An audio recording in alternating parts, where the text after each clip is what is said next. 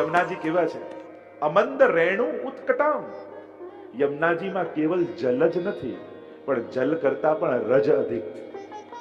યમુનાજીની સ્તુતિમાં આપણે ગાઈએ છીએ ને, શ્રી ઠાકોરજીના ચરણની રજ જ્યાં જલ કરતા પણ અધિક છે. સ્ફુરદ અમંદ રેણુ ઉત્કટામ. અને એટલા માટે યમુનાજી કેવલ યમુના જલમાં જ નથી, પણ યમુનાજીના તટમાં રહેલી રજમાં પણ યમુનાજી છે. અને પ્રાચીન કાળમાં વાર્તા સાહિત્યમાં તમે જુઓ તો ક્યાંય યમુનાજીના જલના લોટીજી પધરાવ્યા હોય સેવામાં, એવો જલ્દી ઉલ્લેખ નથી મળતો. પ્રાય ગુસાઈજી જેને પણ પધરાયા એમને યમુનાજીના તટની રજ સેવામાં પધરાવ્યા. એ રજમાં પણ શ્રી યમુનાજી પ્રગટ રૂપે બિરાજમાન છે. એ રજની પણ ઘણી મહત્તા આપણે ત્યાં કહી છે, હમણાં એનો વિસ્તારનો સમય નથી. તો ત્યાં કહ્યું રેણુ ઉત્કટામ તટસ્થ નવકાનન પ્રકટ મોદ પુષ્પાંગુના. તટમાં ઉગેલા નવકાનન નવીન વનો અને એમાં ઉગેલા વૃક્ષો અને એમાંથી જ્યારે પુષ્પો ખરતા હોય ત્યારે યમુનાજીનું પૂજન કરતા હોય એવું દ્રશ્ય લાગે. કહ્યું સુરાસુર સુપૂજિત સ્મરપિતુ શ્રીયમ બિભ્રતિમ. સુર અને અસુર દ્વારા પૂજિત છો. ટીકામાં આચાર્ય કહ્યું કે સુર કોણ ને અસુર કોણ? બે પ્રકારના ગોપીજનો વ્રજમાં છે. એક માન ભાવવાળા ગોપીજનો અને બીજા છે દૈન્ય ભાવવાળા ગોપીજનો. અન્ય પૂર્વા અનન્ય પૂર્વા બંને પ્રકારના ગોપીજનો છે વ્રજમાં. તો અહીંયા આચાર્યો સુર અને અસુર એની વ્યાખ્યા એમ નથી કહેતા કે દેવતાઓ ને અસુરો. ટીકામાં આચાર્યો કહે છે સુર ભાવ છે અને અસુર ભાવ છે. તો સુર ભાવવાળા ગોપીજનો અને અસુર ભાવવાળા, તો દૈન્ય ભાવવાળા ગોપીજનો છે એ સુર અને જે માન ભાવવાળા ગોપીજનો છે એ અસુર. તો બે ભાવવાળા ગોપીજનો અને એના દ્વારા શ્રી યમુનાજી પૂજિત છે. શ્રી ઠાકોરજી કેવા છે? શ્રીયમ બિભ્રતિમ સ્મરપિતુ શ્રીયમ બિભ્રતિમ. ઠાકોરજીની યમુનાજીની શોભા કેવી છે? તો કે સ્મર પિતુ. સ્મર એટલે કામ, કામદેવ. જેમ એવી કથા પ્રાચીન પુરાણોમાં કહેવામાં આવે ને કે જ્યારે મહાદેવજીને મોહિત કરવા માટે કામદેવ ગયો અને મહાદેવજીએ ત્રીજું લોચન ખોલ્યું અને ભસ્મ થઈ ગયો કામદેવ, અને એની પત્ની રડતી રડતી રતી આવી કહેવા લાગી કે મારા પતિ મને ક્યારે મળે? તો જબ જદુવંશ કૃષ્ણ અવતારા કૃષ્ણ તનય હોહી પતિ તોરા, કે જ્યારે કૃષ્ણ અવતાર થશે ત્યારે એના પુત્ર રૂપે તારા પતિ તને મળશે. તો આમ ભગવાનના પુત્ર એ પ્રદ્યુમ્નજી, એ સાક્ષાત અલૌકિક કામદેવનું સ્વરૂપ છે. અને આમ વર્ણન કરતા યમુનાજીની શોભાને બતાવતા કહ્યું કે યમુનાજીની શોભા કેવી છે? સ્મર એટલે કામદેવ, એના પિતુ એટલે એના પિતા કોણ? તો કે શ્રી કૃષ્ણ. અને શ્રીયમ બિભ્રતિમ, શ્રી કૃષ્ણની શોભાને ધારણ કરનારા એવા શ્રી યમુનાજી. એમ કહેતા આગળ ગાન કરતા શ્રી મહાપ્રભુજી આજ્ઞા કરે. શ્રી યમુનાજીના ભૂતલ પર પધાર્યાના એ પ્રભાના સ્વરૂપનું વર્ણન કરતા શ્રી મહાપ્રભુજી આજ્ઞા કરે. કલિંદ ગિરિ મસ્તકે પતત મંદ પૂરોજ્વલા વિલાસ ગમનોલ્લસત પ્રકટ ગંડ શૈલોન્નતા. કલિંદ ગિરિ મસ્તકે, કલિંદ પર્વતના મસ્તક પરથી પડતા. કારણ કે યમુનાજીનું પ્રાગટ્ય એક તો ઠાકોરજીના હૃદય પ્રદેશમાંથી છે અને બીજું સૂર્યમાંથી પ્રાગટ્ય માનવામાં આવ્યું. એક આધિદૈવિક સ્વરૂપનું પ્રાગટ્ય, એ ભૌતિક સ્વરૂપનું પ્રાગટ્ય. સૂર્યસુતા પણ કહેવાયા છે શ્રી યમુનાજી. એટલે કલિંદ પર્વત પરથી પડતા. કલિંદ ગિરિમસ્ત કલિમ કલિમ જતિ ખંડયતિ કાલિંદી, જે કલીના દોષોનું ખંડન કરનારા છે એ જ કાલિંદીનો અર્થ થાય. શ્રી યમુનાજીનું એક નામ કાલિંદી છે. કલિંદ ગિરિ મસ્તકે પતદ મંદ પૂરોજ્વલા છે શ્યામ, પણ એક શિલા પરથી બીજી શિલા પર પડતા અને વહન કરતા યમુનાજી ઉજ્જવલા શ્વેત લાગે છે. અને આમ વિલાસ ગમનોલ્લસત પ્રકટ ગંડ શૈલોન્નતા, વિલાસપૂર્વક ગતિ કરતા, એક શિલા પરથી બીજી શિલા ઉપર ગતિ કરતા યમુનાજી. સઘોષ ગતિ દંતુરા સમધિ રૂઢ દોલોત્તમા, સઘોષ અવાજ સાથે ગતિ કરતા શ્રી યમુનાજી કેવા લાગે? એક શિલા પરથી બીજી શિલા ઉપર જતા સમધિ રૂઢ દોલોત્તમા, જાણે ડોલીમાં બેસીને. બે અર્થ કર્યા દોલોત્તમાના. એક દોલનો અર્થ થાય ઝૂલો. આપણે દોલ ઉત્સવ કરીએ છીએ ને, હોલીના બીજા દિવસે ડોલ ઉત્સવ થાય એટલે ઝૂલો કહેવાય દોલ એટલે સંસ્કૃતમાં. તો જાણે ઝૂલા પર બિરાજીને યમુનાજી ઝૂલતા ન હોય એવું લાગે, જાણે એક શિલા પરથી બીજી શિલા પર ગતિ કરતા હોય ત્યારે. અથવા બીજો એક અર્થ કર્યો દોલોત્તમાનો. દોલ એટલે ડોલી. માનો નવ દુલ્હની આઈ ગવને, 41 પદમાં કહ્યું ને કે યમુનાજી પધારતા હોય કલિંદ પર્વત પરથી તો એટલા વેગમાં પધારતા હોય, પણ જ્યારે વ્રજમાં આવે ને પછી શાંત થઈ જાય. જેમ પ્રભુને મળવાની ઉત્કંઠા, જેમ નવવધુને એના પતિને મળવાની જે ઉત્કંઠા હોય અને ડોલીમાં બેસીને જતી હોય અને એને મનની જે ગતિ હોય એ ગતિ યમુનાજીમાં દેખાય, પણ પછી વ્રજમાં આવી જાય પછી શાંત થઈ જાય. પોતાના પતિને ત્યાં આવી ગયા પછી શાંત થઈ ગયા તો માનો એમ લાગે નવ દુલ્હની આઈ ગવને, જેમ નવોઢા અને એનું આણું થતું હોય અને પતિને મળવાની જે ઉત્કંઠા એના મનમાં હોય એવા શ્રી યમુનાજીની ગતિ લાગે જાણે ડોલીમાં બેસીને વ્રજ તરફ પધારી રહ્યા છે. એવા શ્રી યમુનાજી કેવા છે? મુકુંદ રતિ વર્ધિની, મુક્તિને પણ મુક્તિ આપે એ મુકુંદ, અને એમાં પ્રેમ પ્રગટાવનારા કોઈ હોય તો યમુનાજી છે. મુકુંદ રતિ વર્ધિની એવા શ્રી યમુનાજી જયતિ પદ્મ બંધો સુતા. આપનો જય હો. આપ કેવા છો? પદ્મ બંધો સુતા. પદ્મ એટલે કમળ, અને કમળનો બંધુ કોણ? તો કે સૂર્ય. સૂર્ય ઉગે તો કમળ ખીલે, અને આ પદ્મ બંધુ એટલે સૂર્ય, અને સુતા એટલે પુત્રી. હે સૂર્ય પુત્રી આપનો જય હો. એમ કહેતા શ્રી મહાપ્રભુજી આગળ ગાન કરતા કહે, ભુવમ ભુવન પાવની, અનેક 14 લોકને પાવન કરનારા શ્રી યમુનાજી ભુવમ ભુવન પાવની અધિગતામ અનેક સ્વને ભૂતલ પર પધાર્યા છે. પ્રિયા ભિરિવ સેવિતામ શુક મયુર હંસા દેવી. શુક મયુર અને હંસ કઈ રીતે સેવાયેલા? જાણે પ્રિયાની જેમ સેવાયેલા. ત્રણેય પ્રકારની સેવા બતાવી, કાયી, વાચિક અને માનસિક. શુક એ વાચિક સેવા છે, મધુર બોલે અને એટલા માટે વાચિક સેવાનો દ્યોતક છે. મયુર પાંખો ફેલાવી, પીછા ફેલાવીને નૃત્ય કરે એ કાયિક સેવા છે. અને હંસ એ આ ધ્યાન મગ્ન થઈ અને ચિંતન કરતો હોય એ માનસી સેવા છે.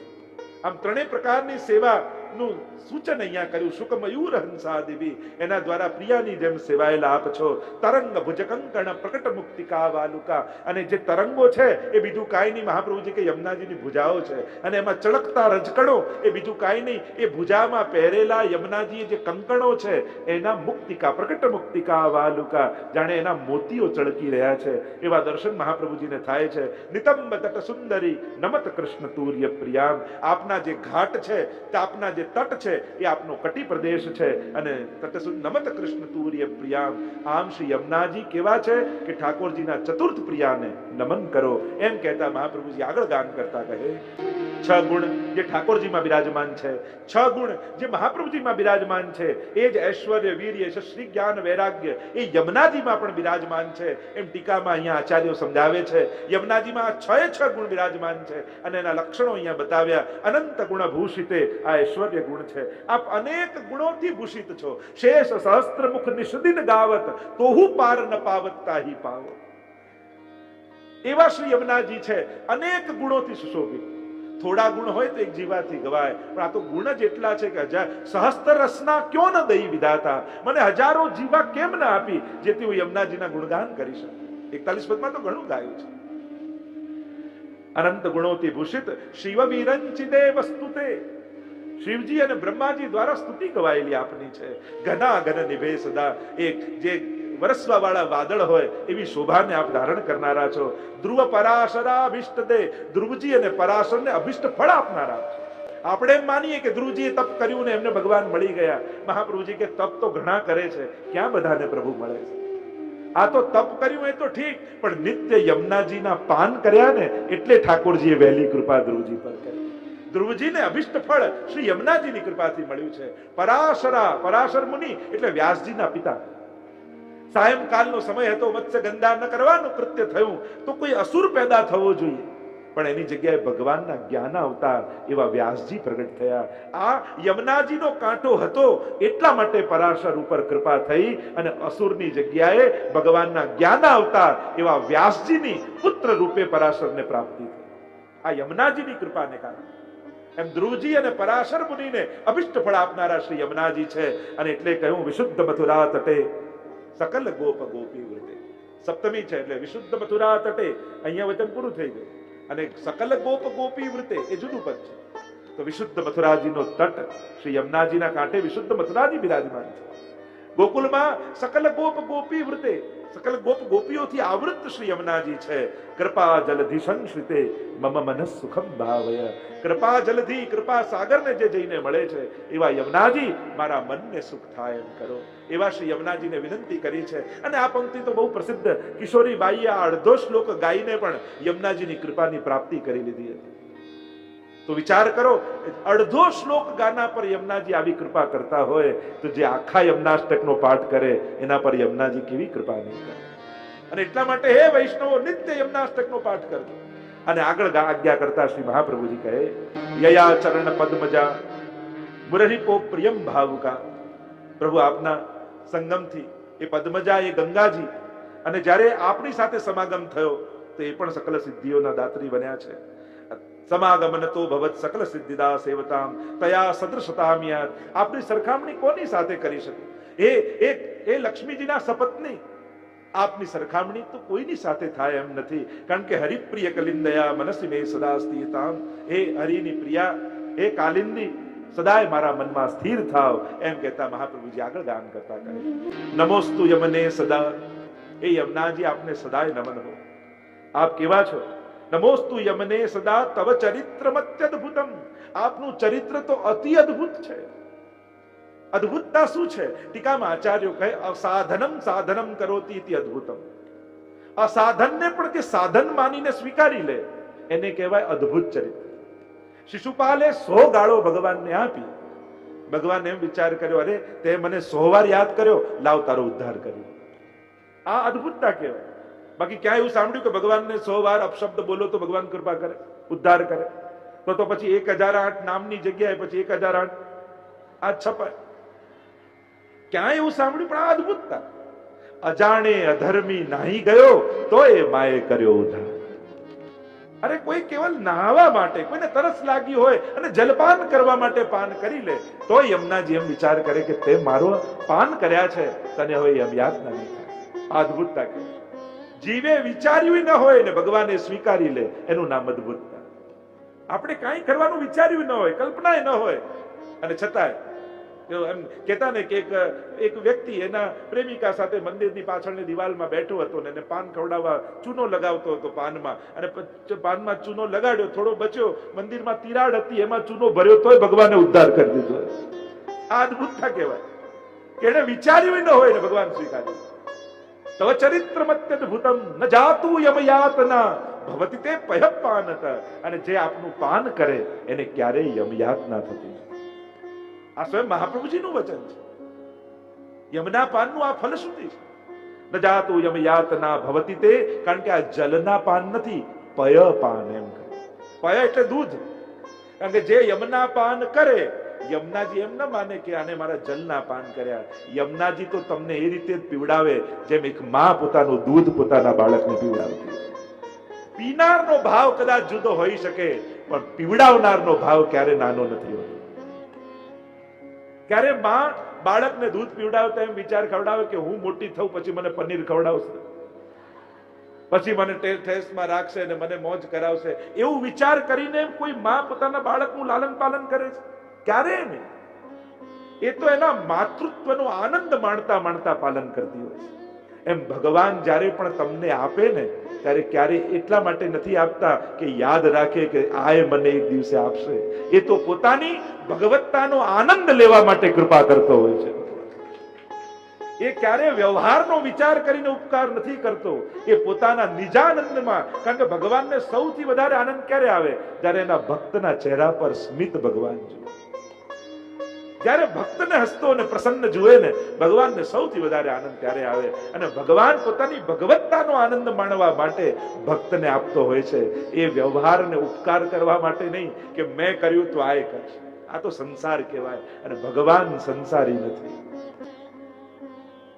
અને એટલા માટે યમુનાજી કૃપા કરે. જ્યારે જલપાન કરે, ભલે ને એ તરસ छिपाવવા કર્યું હોય, પણ યમુનાજી તો પોતાના પયની જેમ એને પીવડાવે, દૂધની જેમ પીવડાવે. ન જાતુ યમયાતના ભવતિ તે પયપાનત યમોપી ભગિની સુતાન કતમુહંતિ દુષ્ટાનપી. અને પયપાન કરે તો બાળક કહેવાય, અને યમુનાજીનું બાળક થાય તો યમ પણ એના મામા થઈ જાય. અને યમુનાના ભાઈ છે ને, યમ ઉના. એટલે તો આપણે યમ દ્વિતીયાના દિવસે સ્નાન કરવા જાય છે લોકો. કારણ કે એવી કથા યમ દ્વિતીયાની છે ને, ભાઈ બીજની, કે આજના દિવસે જે મારામાં સ્નાન કરશે ને યમયાતના નહીં લાગે. અને યમ ઉના, યમના નાના બેન. તો કહ્યું કે પછી તો મામા કહેવાય યમરાજા. અને આપણે ત્યાં તો કહ્યું કે મા મારે પણ મામા ન મારે. તો યમોપી ભગિની સુતાન કથમ હંત, દુષ્ટ હોવા છતાંય પોતાના ભાણિયાને મામા કેમ મારે? અને એટલા માટે કહ્યું પ્રિયો ભવતી સેવનાથ તવ હરે યથા. ગોપિકા પ્રિયાની જેમ સેવાયેલા આપ છો એમ કહીને આગળ મહાપ્રભુજી ગાન કરતા કહે મમાસ્તુ તવ સન્નિધૌ, તમારું સાનિધ્ય પ્રાપ્ત થાય. તનુ નવત્વ મેતાવતા, અને આપના સાનિધ્યથી તનુ નવત્વનું દાન કરનારા આપ છો. એક છે નવતનુ અને બીજું છે તનુ નવત્વ. એક છે સાનુભાવ અને બીજું છે, આપણે ત્યાં બે પ્રકારની ભાવના કહી, એક છે સેવાની માનસી અને બીજું છે માનસી સેવા. બંનેમાં ફરક છે. તનુ નવત્વ અને નવતન. તો તનુ નવત્વની પ્રાપ્તિ આપ કરાવનારા છો અને આપની લાલના હો. અતોસ્તુ તવ લાલના સુરધુની પરમ સંગમાત. એ સુરધુની એ ગંગાજીના સંગમ આપને થયા અને સકલ સિદ્ધિના દાત્રી થયા. અને કહ્યું સુરધુની પરમ સંગમાં તવૈવ ભુવિ કીર્તિતા નતુ કદાપી પુષ્ટિ સ્થિત. અને આપના સંગમને કારણે ગંગાજી પણ પુષ્ટિમાં સ્વીકૃત થયા, સિદ્ધિને આપનારા થયા. પણ આપના સંગમ વગર તો ક્યારે ન થાત. એમ કહીને આગળ મહાપ્રભુજી આજ્ઞા કરતા કહે સ્તુતિ તવ કરોતિ કહ. આપની સ્તુતિ કોણ કરી શકે? કમલજા સપત્ની પ્રિય, હે લક્ષ્મીના સપત્ની, હે પ્રિયા, આપની સ્તુતિ કોણ કરી શકે? હરે યદનુ સેવયા ભવતી સૌખ્યમાં મોક્ષત. પ્રભુની સાથે વજવાતી મોક્ષ સુધીનો અધિકાર. લક્ષ્મીજી પ્રભુ નારાયણની સેવા કરો તો મોક્ષ સુધીની પ્રાપ્તિ થાય. પણ ઇયમ તવ કથાધિકા, આપની કથા તો અધિક છે. આપની સેવાથી તો કંઈક અધિકની પ્રાપ્તિ થાય છે. સકલ ગોપિકા સંગમ સ્મર શ્રમ જલાણુભી સકલ ગાત્ર જય સંગમ. આપના સંગમથી શું થાય? તો કે રોજ ઠાકોરજી રાસ કરી અને એમને જ્યારે રાસ કરીને શ્રમિત થાય ત્યારે ગોપીજનો સાથે યમુનાજીમાં પધારે. અને યમુનાજીમાં પધારે ત્યારે પ્રભુના મસ્તક ઉપર શ્રમબિંદુ પ્રગટ થયા હોય. અને પ્રભુ તો રસોમયી સહ છે. રસ સિવાય પ્રભુમાં બીજું કંઈ છે જ નહીં. આનંદ સિવાય બીજું પ્રભુમાં કંઈ છે જ નહીં. અને આનંદાત્મક ભગવદ રસાત્મક એ શ્રમબિંદુઓ શ્રી યમુનાજીમાં ઠાકોરજી નિત્ય પધરાવે. અને જ્યારે આપણે યમુનાજીમાં જઈએ તો યમુનાજીમાં બિરાજમાન ભગવદ રસનો સકલ ગાત્ર જય સંગમ, રૂવાડા રૂવાડા સાથે આપણો સંગમ થાય. એવી યમુનાજીની કથા કંઈક અધિક છે, કંઈક વિશેષ છે. એમ કહેતા છેલ્લે મહાપ્રભુજી 9મા શ્લોકમાં આ યમનાષ્ટકની ફલશ્રુતિ ગાન કરતા આજ્ઞા કરે. ફલશ્રુતિ બતાવી 9મા શ્લોકમાં તવાષ્ટકમિદમ મુદા પઠતિ સૂર સૂતે સદા. સૂર સૂતે સદા, સદા એનો પાઠ કરે છે. ઘણી વાર લોકો પૂછે રાતના યમનાષ્ટક કરાય, બપોરે યમનાષ્ટક કરાય, ત્યાં યમુનાજીની આરતી થઈ ગયા પછી યમનાષ્ટક કરાય. પઠતિ સૂર સૂતે સદા. છોડવું હોય તો પૂછવું, કરવામાં પૂછવાની જરૂર જ નથી. તસ્માત સર્વાત્મના નિત્યમ શ્રી કૃષ્ણ શરણમ મમ વદદ્ભિરેવ સતતમ. મહાપ્રભુજીની આજ્ઞા છે સતત કરતા જ રહેવું. મહાપ્રભુજી કહે છે કે ગાયના શિંગડા પર રાઈનો દાણો જેટલી વાર રહે એટલી વાર પણ જો ભગવાન ભૂલાય તો કલયુગ પ્રવેશ કરી જાય. એટલા માટે સ્તોત્ર પાઠ આદિ કદાચ યાદ ન રહે પણ ભગવાનને નહીં ભૂલે. સતત સ્મરણ એનું ચાલતું રહેવું જોઈએ. તવાષ્ટકમિદમ મુદા પઠતિ સૂર સૂતે સદા. 5 ફળ બતાવ્યા. સમસ્ત દુરિતક્ષયો, સમસ્ત પાપોનો નાશ થાય. પાપ કૃપાને આડે નથી આવતા, પાપ આપણા સાધનને આડે આવે. કોઈ પાપ કૃપા કરતા ભગવાનને રોકી શકતું નથી. પણ આપણા પાપો આપણને માળા ફેરવતા રોકી શકે, આપણને સેવા કરતા રોકી શકે. ક્યાંક આપણી સાધનને આડે આવી શકે આપણા પાપ. જો પુણ્યો કરવા હોય ને તો એ ગયા જન્મના પુણ્યો હોવા જોઈએ. કોઈ ધંધો કરે તો ધંધો કરવા થોડી મૂડી તો જોઈએ કે નહીં? થોડી ઘરની મૂડી કાઢો તો કંઈક નવું કમાવાય. એમ જેના જીવનમાં ભેગા થયેલા પુણ્યો હોય ને એ જ નવા પુણ્યો કરી શકે છે. આ સત્સંગમાં તમે મનોરથી થાવ, કથા કરાવો, આ બધું કરાવો, એનું કારણ એ કે તમે પહેલા આ બધું કરી ચૂકેલા છો. આ બધા તમારા પુણ્યો ભેગા થયેલા છે, જેથી તમારા મનમાં મનોરથો જાગે છે કે આ કરીએ, આ કરીએ, આ કરીએ. આ એમને ઈચ્છાઓ ના આવે. 16 ગ્રંથ શું કરશે તમારા જીવનમાં?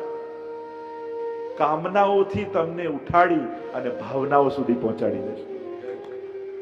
અત્યારે આપણું જીવન કામનાઓમાં ગ્રસિત છે, કામનાઓમાં બંધાયેલા છીએ અને એમાંથી કાઢી એ જ કામનાઓને ભાવનાઓમાં પરિણમિત કરી દેશે. પછી તો ભાવનાઓ જાગશે, કામનાઓ નહીં રહે. પછી તો આમ કરવું, ઠાકોરજીને આમ લાલ લડાવું, આવો મનોરથ કરવું. અને ભાવનાઓ બધાને આનંદ આપે, કામનાઓ એકને આનંદ આપે. જેની કામના હોય એને આનંદ આપે, પણ ભાવના કરીએ ને, એક હૃદયમાં જાગેલી ભાવના અનેકને આનંદ આપનારી છે. તો સમસ્ત દુરિત ક્ષયો ભવતી વયમ કુંદે રતિ, ભગવાનમાં પરમ પ્રેમ જગાવે. તયા સકલ સિદ્ધયો, સકલ સિદ્ધિનું દાન ઠાકોરજી કરે. મુરરી પુષ્ટ સંતુષ્ટતિ, ઠાકોરજીને પ્રસન્નતાનું કારણ બને.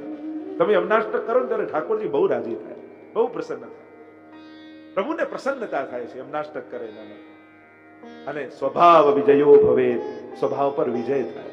અનેક અનેક અર્થો આચાર્યો તો ટીકામાં બતાવ્યા. જીવનો સ્વભાવ, કારણ કે જીવા સ્વભાવ તો દુષ્ટાહ દોષ ભાવાય સર્વદા. આગળ બાલબોધ આવશે ત્યાં મહાપ્રભુજી કહે આ જીવનો સ્વભાવ કેવો છે? દુષ્ટ છે. દુષ્ટ એટલે ઈષ્ટથી દૂર જનારો સ્વભાવ છે. ઈષ્ટથી દૂર એ જ દુષ્ટ. પોતાના કલ્યાણથી દૂર જાય એ દુષ્ટ. આવો સ્વભાવ છે માણસનો. કારણ કે માણસની તકલીફ એ છે, એને સુખ દેખાય છે, સુખ સમજાય છે, પણ કલ્યાણ શેમાં છે, હિત શેમાં છે એ દેખાતું નથી ને સમજાતું નથી. આ જેનું સૌથી મોટું અજ્ઞાન છે. અને એટલા માટે જ યમનાષ્ટક પછી આ બધા ફળ બતાવ્યા ને, આગળ બાલબોધ આવશે.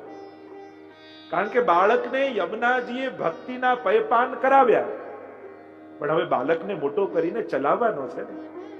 એટલે હવે યમુનાજીએ કૃપા કરીને પુષ્ટ કર્યો. પગ આયા પણ ચાલીને ક્યાં જવું એ સમજે તો જોઈએ કે નહીં. અને એટલા માટે મહાપ્રભુજીએ બાલબોધ ગ્રંથ રચ્યો. કારણ કે હવે ચાલતો થઈ ગયો જીવ, પણ ચાલીને જાય એના ઓપ્શન ઘણાય છે. દુનિયાના ઘણા દરવાજાઓ ખુલ્લા છે ને ઘણા ઉભા રહીને બોલાવે અહીંયા આવો, અહીંયા આવો, અમે આપી દઈશું, અમે તમારું ભલું કરી દઈશું, અમે તમારો ઉદ્ધાર કરી દઈશું. અને જીવ જો લલચાઈ ગયો અને ખોટા રસ્તે જતો રહ્યો તો પોતાનું અકલ્યાણ થઈ ગયું. અને એટલા માટે હવે બાલબોધમાં મહાપ્રભુજી સમજાવશે કે હવે તું ભક્તિના માર્ગમાં ચાલવા નીકળ્યો છું, પણ તારું ઈષ્ટ ક્યાં થશે, કોણ કોણ તને શું શું આપવા સમર્થ છે, એની કથા બાલબોધમાં આવશે. તો અહીંયા કહ્યું સ્વભાવ વિજયો ભવે. એક તો જીવનો સ્વભાવ સુધરે, બીજું ભગવાનનો સ્વભાવ બદલી નાખે યમુનાજી, જે મુક્તિ આપવામાં ઉદાર છે અને ભક્તિ આપવામાં કંજૂસ છે. આવો સ્વભાવ ભગવાનનો છે. પ્રભુ જલ્દી કોઈને ભક્તિ નથી આપતા, મુક્તિ છૂટતી આપે. યમુનાજીનું આરાધન કરો તો ઠાકોરજી ભક્તિના દાતા બની જાય. અનેક અનેક અર્થો. સ્વભાવ વિજયો ભવે વદતિ વલ્લભ શ્રી હરે, એમ શ્રી વલ્લભ કહે છે. એમ કહી યમુનાષ્ટકને આપણે પૂર્ણ કરીએ. એવા શ્રી મહાપ્રભુજી રચિત શ્રી યમુનાષ્ટક સંપૂર્ણમ. બોલો શ્યામ સુંદર શ્રી યમને મહારાજ કી જય. શ્યામ સુંદર શ્રી યમને મહારાજ કી જય.